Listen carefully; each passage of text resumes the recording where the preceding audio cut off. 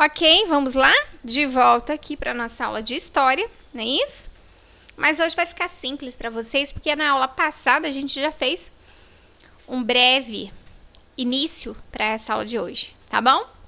Então, o nosso livro, né, de história, tá? A Escola é Nossa, né?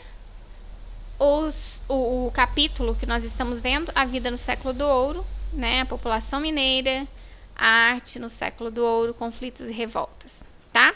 Da página 70 a 79. Então, assim, a semana passada nós já vimos um pouquinho, né? Só falta completar agora e rever um pouquinho do que a gente viu, tá? Bom, inicialmente, a tia Lúcia gostaria de pedir a vocês que assistissem ao vídeo, tá? É pequenininho. A fantástica história de Chico Rei, tá?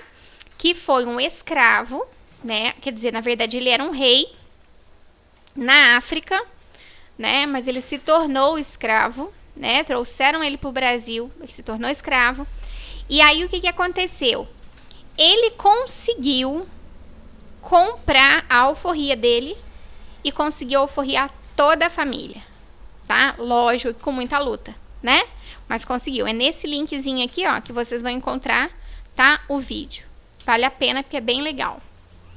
Bom, pessoal, de acordo com os textos lidos, né, a principal mudança trazida pela descoberta do ouro, a gente já falou, foi a ruralização, né? O povo começou a ir para a zona rural. A imigração, né? Começou a chegar gente aqui. Ou foi a urbanização, né? Surgiram cidades ali próximo das minas, né? Nós já falamos sobre isso. Cite o nome de 3 arraiais que surgiram na região mineira, cresceram e se transformaram em vilas, né? E cidades. O que era o Pelourinho? A gente também já falou semana passada, né? E aqui a gente vai colocar verdadeiro ou falso de acordo com o que a gente vai ler, né? E estudar. Aí, a partir daqui, ó, é que nós precisamos, né, voltar ao texto. Então, ó, isso aqui a gente já viu, né, falando da urbanização, das vilas, né, das arraiais que se tornaram vilas, se transformaram em cidades, não é isso? A população mineira, que era formada, maioria, né, de pessoas pobres, né, e homens livres, mas pobres também, né, e escravos. Os tropeiros, que eram aqueles que andavam, né, com as mulas carregadas para poder levar aquilo que faltava nos arraiais. E aqui, ó, é que a gente vai dar início mesmo à novidade, vamos dizer assim, dessa aula, tá? Bom, pessoal, olha só. Naquela época, né, com a exploração do ouro e do diamante, né, gerou uma grande riqueza, tá, para as pessoas da capitania de Minas Gerais.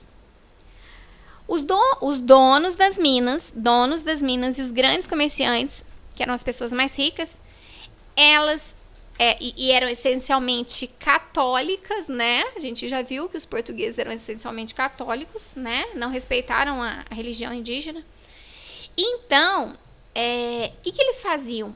Eles doavam parte do dinheiro para as irmandades religiosas, para a igreja naquela época. E as irmandades, elas aplicavam essas doações para construir igrejas, contratar pintores e escultores famosos para poder ornamentar, enfeitar as igrejas, tá? Hoje em dia, a maioria dessas igrejas, né, muito bonitas, muito bem feitas e ornamentadas, muitas com ouro mesmo, tem igreja ornamentada com ouro, olha só, tamanha quantidade de ouro da época, né? Então, veja bem, elas se tornaram patrimônio histórico, ou seja, não pode destruir, né? Tem que preservar porque conta a história. Olha lá. Altar da Igreja Matriz de Santo Antônio, em Tiradentes, né, em Minas Gerais, todo decorado com ouro. Então, esse altar aqui, né, ao invés de passar tinta, colocaram ouro ali, tá? Exemplo do talento dos artistas mineiros. Olha só, gente, a riqueza de detalhes aqui. Tá vendo? Olha só, né? Isso demorava para fazer, sinal que tinha muito dinheiro mesmo para pagar esse povo, né? Algumas igrejas tiveram teto pintado com imagens sacras, que são as imagens sagradas, né? O caso da igreja de São Francisco de Assis, que fica em Ouro Preto, também em Minas Gerais, antiga Vila Rica, tá? A pintura do teto dessa igreja foi feita por Manuel da Costa Taide, considerada uma das obras-primas da arte brasileira do século XVIII. Imagina, gente, olha isso aqui no teto, né? O trabalho que isso deu, olha a perfeição do desenho, né? Então, a gente pode perceber que realmente tinha-se muito dinheiro, né? Vamos lá. Muitos artistas vieram e trabalharam nas vilas e cidades mineiras. Porém, houve um artista que se destacou, vocês já devem ter visto falar nele, Antônio Francisco Lisboa. Ele ficou conhecido como Aleijadinho por causa de uma doença que lhe deformou os pés e as mãos, tá? Então, veja bem, o Aleijadinho, né, ele era filho de um mestre de obras português e de uma escrava. Olha lá a mistura que a tia Lúcia falou para vocês, ó. De um português, né, um branco, e uma negra, né, escrava. Aleijadinho foi um grande escultor e arquiteto, né? Escultor é que vai fazendo, né, talhando lá na madeira, né, na pedra. E o arquiteto é aquele que trabalha com a beleza, né? Com aquilo que fica mais bonito numa obra, tá? E é considerado um dos grandes artistas, dos maiores artistas brasileiros do século XVIII. Vocês vão ver muito falar nele quando vocês forem estudar o Barroco, tá? Mais pra frente, né? Nas próximas escolas, vocês vão ver na literatura, né? O Barroco. E aí vocês vão lembrar disso, tá bom? Fachada da igreja de São Francisco de Assis, localizada na cidade de Ouro Preto. Além de criar o projeto dessa igreja, Aleijadinho decorou sua fachada e fez várias das esculturas que se encontram em seu interior. Olha só, gente. Isso aqui é arquitetura, ó. Né? Trabalhar com o que fica mais bonito, né? A estética de uma igreja, a estética de uma casa, né? Olha aqui, gente. Olha a escultura. Aleijadinho também esculpiu vários anjos, a maioria para enfeitar as fachadas e o interior das igrejas. Olha bem, a riqueza de detalhes. Olha isso aqui. Estátua do profeta Isaías, pertencente a um conjunto de 12 estátuas que representam alguns personagens bíblicos. Esse conjunto, chamado Os Profetas, encontra-se no pátio do Santuário do Senhor do Bom Jesus, de Matozinhos, em Congonhas do Campo. Cada uma dessas estátuas foi esculpida em pedra-sabão por Aleijadinho, quando a doença da qual ele sofria já estava em estado avançado e quase lhe impedia os movimentos. Gente, ele era realmente, né, um artista, não tem como negar, né? Por isso que ele é tão famoso. Olha só a riqueza de detalhes. Imagina uma pessoa quase, né, impossibilitada de fazer movimentos, criar isso aqui, né? 12 estátuas, gente, 12. Olha lá esse aqui. Cena de Passos da Paixão, conjunto de obras de Aleijadinho, que se encontra no Santuário do Senhor Bom Jesus de Matozinhos, em Congonha do Campo. Então, gente, quem tem oportunidade, né, quem tiver oportunidade mais para frente, de viajar, de conhecer esses lugares, vai fazer muito bem, né, para si mesmo, para o ego, né, para a cabeça, né? Imagina, olha que coisa mais linda, né? Bom, e aí, né, os conflitos e as revoltas dos séculos 17 e 18. Então, pessoal, olha só. Os indígenas foram escravizados, né? Mas eles tentavam, lógico, defender a sua cultura, a sua liberdade, né? Os negros também foram escravizados, tentaram defender a cultura, né? Mas muitas, e mesmo os portugueses, né, aqui no Brasil, entre os portugueses de Portugal, né, e os já brasileiros, né, os nascidos aqui já, a gente percebe que muitas vezes houve insatisfação, né? Eles não gostavam daquilo que era ordenado, né? Então, eles não aceitavam simplesmente o que acontecia. Muitas vezes, eles faziam revoltas sangrentas mesmo, onde muita gente morria, né? Então, uma dessas manifestações foi a revolta de Filipe dos Santos, né? Que a tia Lúcia já comentou com vocês, né? onde eles não estão satisfeitos, né, com os impostos altíssimos do ouro, né, com a criação das casas de fundição, né, onde o ouro era fundido e retirado do quinto, né, ficou indignado, né, a revolta de Filipe dos Santos. Filipe dos Santos era um dos líderes, né, e ele foi condenado à morte, né. E a conjuração mineira, também chamada de Inconfidência Mineira, tá, onde o Tiradentes, né, ele é enforcado, né, porque ele era um dos líderes, né, ele foi enforcado, e no dia 21, né, de abril, a gente relembra Tiradentes, a morte de Tiradentes, né, e aconteceu aqui em Minas Gerais também. Porém, na revolta do Filipe dos Santos, a gente não tem um dia só do Filipe dos Santos, mas na Conjuração Mineira a gente tem o dia do Tiradentes, tá? Então, vamos ver aqui as principais revoltas, né, os principais conflitos nos séculos 17 e 18, né, época do ouro.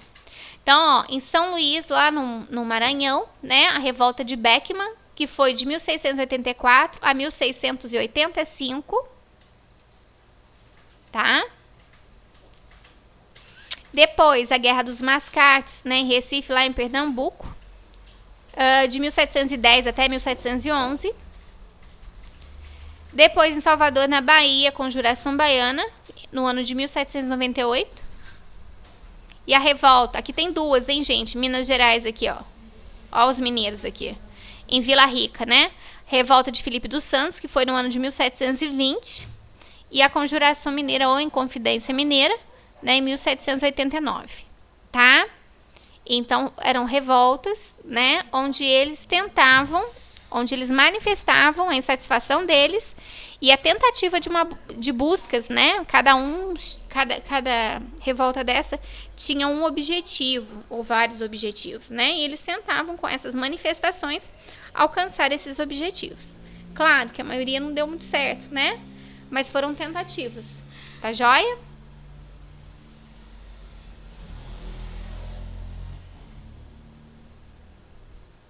Aqui nós temos as atividades do livro, tá? Agora, esse aqui, ó, eu gostaria que vocês prestassem atenção, porque esse aqui tá na atividade lá da apostila. Ó, ourives. Quem eram os ourives? Né? Aqueles que faziam joias e objetos de ouro, ó. Ourives, ouro. O caiador tem a ver com cal, né? Marceneiro, ó, a madeira. Espadeiro, espada. Alfaiate, costurava, né, gente? Costura roupas, né? O homem que faz roupas. E o correeiro, ó, correias, tá ok? Então, de posse dessas informações, a gente pode voltar aqui, ó. Ó, escreva o nome do artista que se destacou no século XVIII, né? Devido ao seu enorme talento, apesar da doença que lhe deformou os pés e as mãos. Coloquem o nome completo e o apelido, tá? De acordo com o mapa da página 77, que foi o que a tia Lúcia mostrou agora há pouco para vocês. Vamos voltar aqui um pouquinho. Esse aqui, de acordo com esse mapa, né? Vocês vão dizer para mim onde aconteceu a revolta de Filipe dos Santos, onde aconteceu a Conjuração Baiana, a Conjuração Mineira, a Guerra dos Mascates, a revolta de Beckman. Lembrando que, ó, tem duas vezes Vila Rica e Minas Gerais, certo? Então, tem duas que aconteceram. Uma você marca num, a outra você marca na outra, tá bom? E aqui, ó, você vai relacionar. Tá faltando um espacinho aqui, gente. Tá? Então, vocês vão colocar mais um ali. Ourives fazia o quê? O caiador. Então, você vai colocar uma letra correspondente a um número. Ó. Ourives, A. Fazia joias e objetos de ouro. Então, A com 3. Então, A3. O B, caiador, vai ser com qual? Né? E assim vai, tá? Como o escravo conseguia sua liberdade, ou seja, sua carta de alforria no século do ouro? A gente já falou sobre isso na semana passada, né? Você já perguntou sobre isso, é importante saber. E o principal objetivo das pessoas que foram para a região das minas era encontrar ouro e enriquecer. De acordo com o que a gente estudou, foi isso que realmente aconteceu com a maioria dessas pessoas? Justifique. Então, pessoal, olha só. A maioria dessas pessoas, a gente falou sobre como era as pessoas na época. A gente comentou, né, como era a sociedade na época. Ó, a população mineira, né? Ó, a característica mais marcante era a desigualdade social. Então, será que todo mundo que foi, né, para a região mineira conseguiu enriquecer, conseguiu, né, mudar de vida? Né? Olha só, nós falamos que pouca gente tinha muito dinheiro e muita gente com pouco dinheiro. A maioria, né, a maior parte da população era composta de escravos e homens livres, porém pobres, que viviam em condições precárias. Então, a gente volta ali, né? O objetivo deles era enriquecer. Mas será que eles conseguiram enriquecer? Justifique a resposta. Diga por quê, né? Que você falou aqui. Tá bom? Pessoal, então tá bem tranquilo, né? Principalmente história, que a gente já viu um pouquinho a semana passada. Qualquer dúvida que vocês tiverem, vocês mandam pra tia Lúcia, tá? Tenho certeza que vocês dão conta, tenho certeza que vocês são capazes, tá? E não deixa ninguém dizer o contrário, porque vocês são capazes, tá bom? Tenho certeza, né, que vocês, durante esse ano de pandemia, vocês estão aprendendo a estudar praticamente sozinhos, né? Então, vocês estão aprendendo a fazer a gestão do tempo de vocês, né? E isso é muito importante, porque tem adulto que não consegue, né? Então, vocês estão tendo oportunidades que muita gente não teve, né?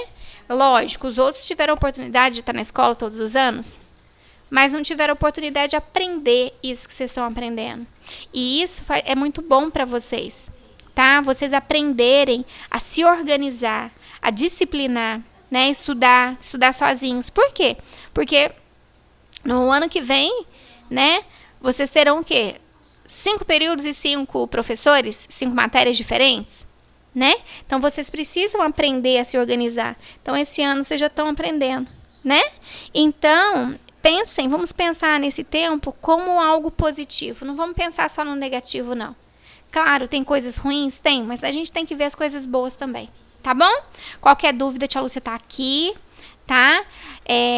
Já é sexta-feira, né? Então, a gente se vê na segunda-feira, tá bom? Então, descansem bastante, fiquem em paz, descansem o coração, divirtam-se, né? Brinquem bastante e qualquer coisa, estarei às ordens, tá bom? Um super beijo pra vocês e até a próxima semana.